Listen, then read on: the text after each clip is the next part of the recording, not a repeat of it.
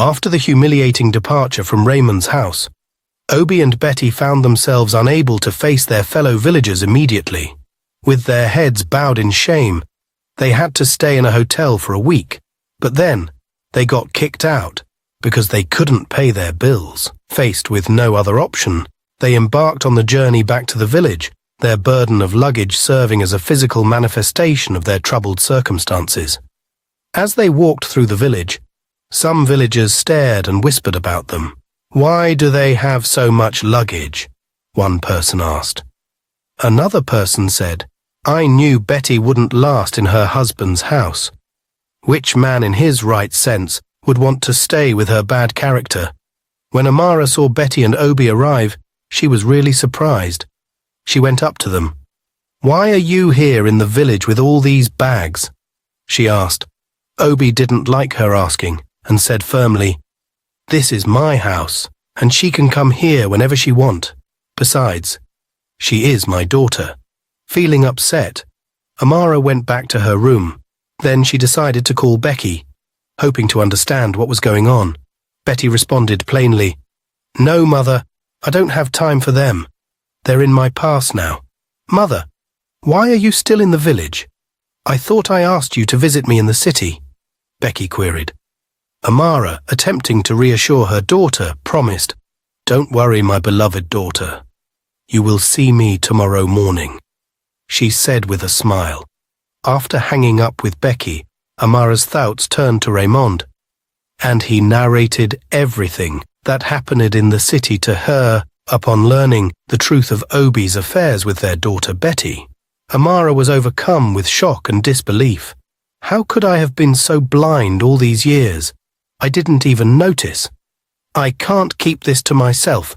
This is an abomination," Amara exclaimed, her voice trembling with emotion. Without hesitation, she rushed to the king's palace. When she spoke to the king, her words were powerful and clear. She told him about the betrayal and cheating, her voice filled with both anger and sadness. As she talked, the room grew silent, and it was clear that the king understood the seriousness of the situation. Without hesitation, the king issued a decree to his guards, commanding them to bring Betty and her father before him. It was time for justice to be served, and no one would escape the consequences of their actions. As Obi and Betty saw the guards approaching their house with urgency, they realized there was trouble brewing. They hastily attempted to escape through the back door, but the palace guards were swift in their pursuit. In no time, they caught up with them and escorted them forcefully to the palace. Upon their arrival at the palace, the king wasted no time in confronting Obi and Betty about Amara's earlier accusations. Obi shamelessly confirmed the truth, admitting that Betty was not his biological daughter. The king was utterly stunned by this revelation. Expressing his deep concern, the king reminded Obi of the love and care Betty had received from him and his wife throughout her childhood. "Even if she is not your biological daughter," the king exclaimed, "you and your wife raised her as your own. This is an abomination that cannot be tolerated in this village." With firm resolve, the king laid down an ultimatum. Either Obi must ensure that Betty's pregnancy is terminated, or both Obi and Betty would face banishment from the village, never to return. In a surprising and unexpected response, Obi declared his love for Betty and firmly refused to harm their unborn child. He said, "Your Majesty, I can't hurt my own child. I love Betty so much, and will leave this village and never come back." This shocked everyone in the palace. They couldn't understand how a man could say he loves someone he once thought of as his daughter. Obi and Betty were escorted out of the village, their heads bowed in shame as they faced the mocking laughter and jeers of the villagers. The humiliation weighed heavily upon them as they were escorted from the only home they had ever known, their hearts heavy with sorrow and regret. Despite the cruel taunts of the villagers, they clung to each other. After resettling in a new village, Betty's path crossed with a young man named Asari, whose charm and charisma quickly captivated her heart.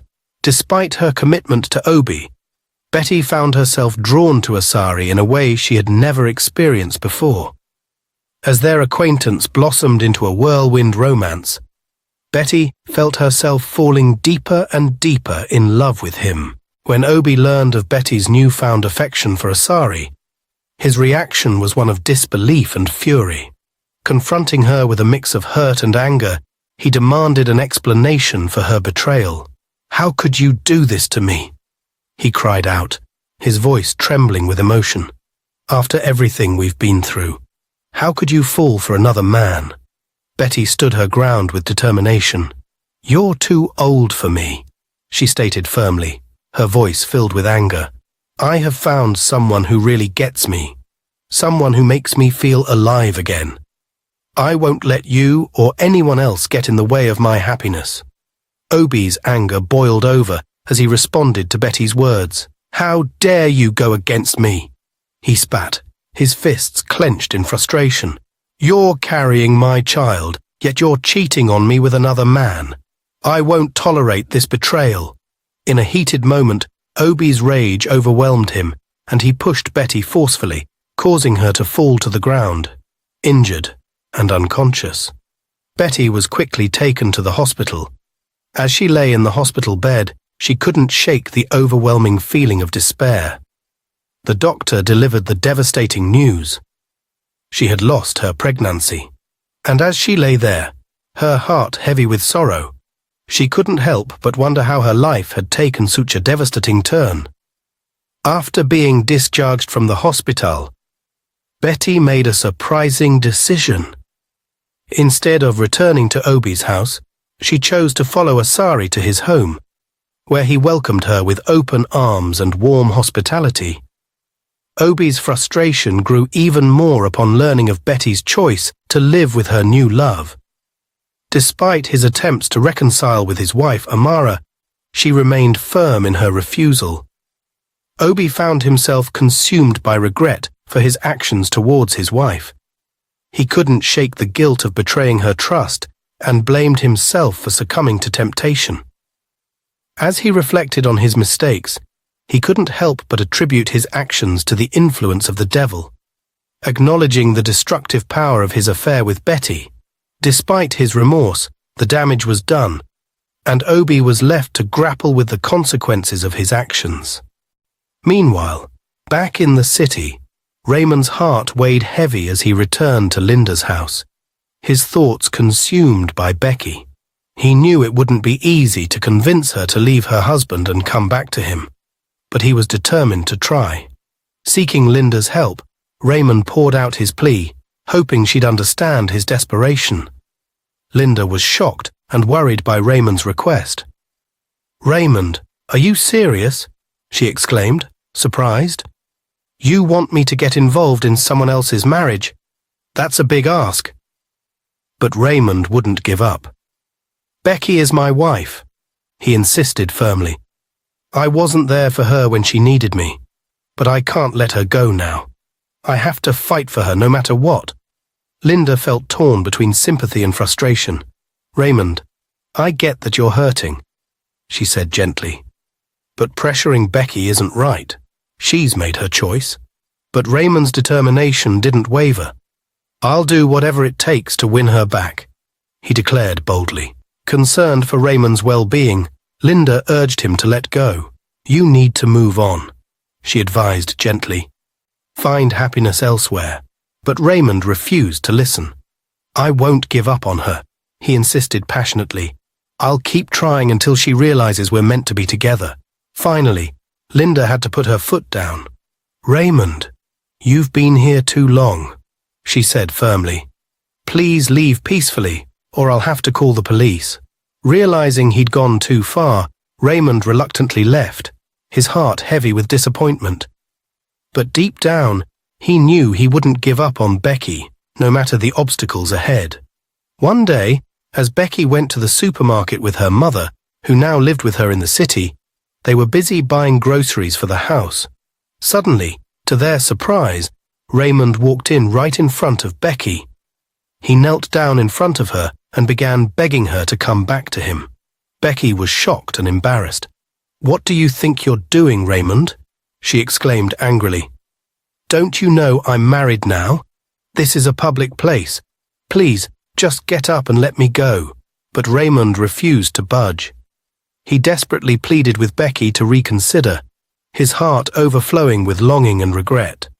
However, Becky wouldn't listen. She pushed her way past him and hurriedly left the supermarket with her mother. Raymond was left kneeling on the floor, feeling ashamed and defeated. The crowd that had gathered in the supermarket watched in disbelief as some people started laughing at Raymond, while others shook their heads in pity. Feeling humiliated, Raymond finally stood up and quietly left the supermarket, his heart heavy with the weight of rejection and regret. When Becky got home, she told her husband what happened at the supermarket. He was furious and vowed to confront Raymond if he ever saw him. One cool evening, as Becky, her husband, and her mother Amara were all watching television, an unknown number called Becky. Answering the call, Becky heard a woman introduce herself as Elizabeth, Jason's wife. Becky was puzzled and asked which Jason she meant. Elizabeth clarified that she was referring to Becky's husband, revealing that they were legally married in the UK and had 3 children together. Becky was stunned by the revelation and turned to Jason for answers. She asked him if he knew who Elizabeth was and what she was talking about. Jason's face turned pale as he tried to speak. He looked nervously at Becky and then at her mother, Amara, who watched with shock and worry. Becky's heart raced as she waited for Jason's answer.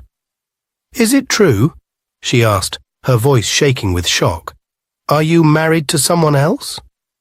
Jason didn't say anything, which said a lot. Amara, Becky's mother, looked sad and disappointed. She always had doubts about Jason, but she never thought he'd hurt her daughter like this. Feeling angry and betrayed, Becky turned away from Jason. "How could you?" she whispered, her voice full of hurt. "I trusted you." Jason tried to explain, but Becky didn't want to listen. She was struggling to accept that her marriage was a lie, leaving her feeling broken and alone. Amara hugged Becky tightly, trying to comfort her. Together, they faced the truth and started thinking about what to do next. The next morning, Jason went to his mother-in-law's room to try to talk to her and ask for her help in convincing Becky to forgive him. Amara, still confused and hurt, asked him why he had lied to her daughter and why he hadn't told her he was already married. "Jason, I am sorry, Mummy," he replied, looking remorseful. "The truth is, I stopped loving my wife the moment I saw your daughter. Please, Mother, help me beg Becky to forgive me. I love her so much. I even tried to go to her room, but she won't open the door for me. Please, Ma, I am so sorry." Amara felt torn, but seeing Jason's sincerity, she reassured him. "Don't worry, my son. I will talk to her for you," she promised, her voice filled with compassion. Jason felt a wave of relief wash over him. Grateful for Amara's support, he quickly got ready for work and left, hoping and praying that Amara's words would help mend the rift between him and Becky. Immediately after Jason left for work, Becky opened her door and called out to her mum. "Mother, pack your things. We're leaving this house right now. I can't stay with someone like this," she declared, her voice filled with determination. Amara was surprised by Becky's sudden decision. "Where are we going, my daughter?" she asked, feeling a mix of surprise and concern. "Don't worry, Mum," Becky reassured her. "I have a house, though it's not finished yet." Amara was shocked. "You were building a house and you didn't tell me," she exclaimed, feeling a bit hurt. "I'm sorry, Mother," Becky replied apologetically. "I wanted to surprise you with it, but that's not happening anymore. We need to hurry. Jason might come back home soon." Quickly gathering their belongings, Becky and Amara left the house, ready to start a new chapter in their lives. When Jason returned home, Becky and Amara were nowhere to be found. He tried calling Becky, but she refused to answer, and even warned her mother not to pick up Jason's calls. Determined to distract herself, Becky decided to go furniture shopping for her new apartment. As she browsed the store, someone approached her from behind. It was Raymond. "I'm so sorry, my love," It wasn't my fault. Betty charmed me. Please try to forgive me, he pleaded. I'm married, Raymond, Becky said firmly, trying to pull away. Don't lie, Becky. I heard you left your husband. He lied to you about being married, Raymond insisted. Becky stopped and faced him, her eyes flashing with anger. Even if I'm no longer married, I'll never come back to you, never. Not after everything you and Betty did to me, she declared, her voice filled with resolve. When Becky returned home, she confided in her mother about encountering Raymond and his plea for forgiveness. He begged me, but I refused, she explained. Amara listened attentively and then offered her perspective. I think you should forgive him, my daughter, she urged gently. You know I've always liked him. Both of us know that Raymond is a good man. Please find it in your heart to forgive him. You know I want the best for you. Becky remained silent for a moment, contemplating her mother's words. Mother, I used to love Raymond, she admitted quietly. But he betrayed me. I went through a lot because of him. Forgiving him, it's going to be difficult. One fateful day, after a long and exhausting shift at work, Becky finally returned home, looking forward to some much-needed relaxation. However, as she stepped into her living room, she was greeted with a surprising sight.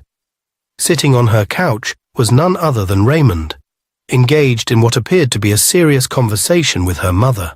Mum, what's going on? Why is Raymond here? Becky questioned, her brows furrowing in confusion as she took in the unexpected scene. And how did he even manage to find our house? Caught off guard, Becky's mother hesitated before responding, her expression a mix of guilt and apprehension. I'm sorry, Becky. When Raymond called earlier, he asked for the address, and I gave it to him, she confessed reluctantly. He said he wanted to talk to you. Please, dear, have mercy on him. He claims he's changed now. Becky's mind raced with a mix of emotions as she gazed at Raymond, who looked genuinely remorseful. Despite her lingering doubts and the weight of past grievances, she couldn't ignore the sincerity in his eyes. After a moment of contemplation, Becky's heart softened. Okay, Raymond, she said softly, her voice tinged with compassion. I'll give you another chance. But this time around, don't mess things up. I forgive you. Raymond's face lit up with gratitude as he embraced Becky tightly, relieved to have her forgiveness. In that moment, amidst the warmth of their hug, there lingered a sense of hope for reconciliation and the possibility of a fresh start. Hello, everyone. We've noticed that some of our viewers enjoy watching our videos but haven't subscribed yet. If you're one of them, we encourage you to hit the subscribe button and turn on notifications so you never miss an update from us. Your subscription helps us continue creating content you love. Thank you for being a part of our community. We greatly appreciate your support.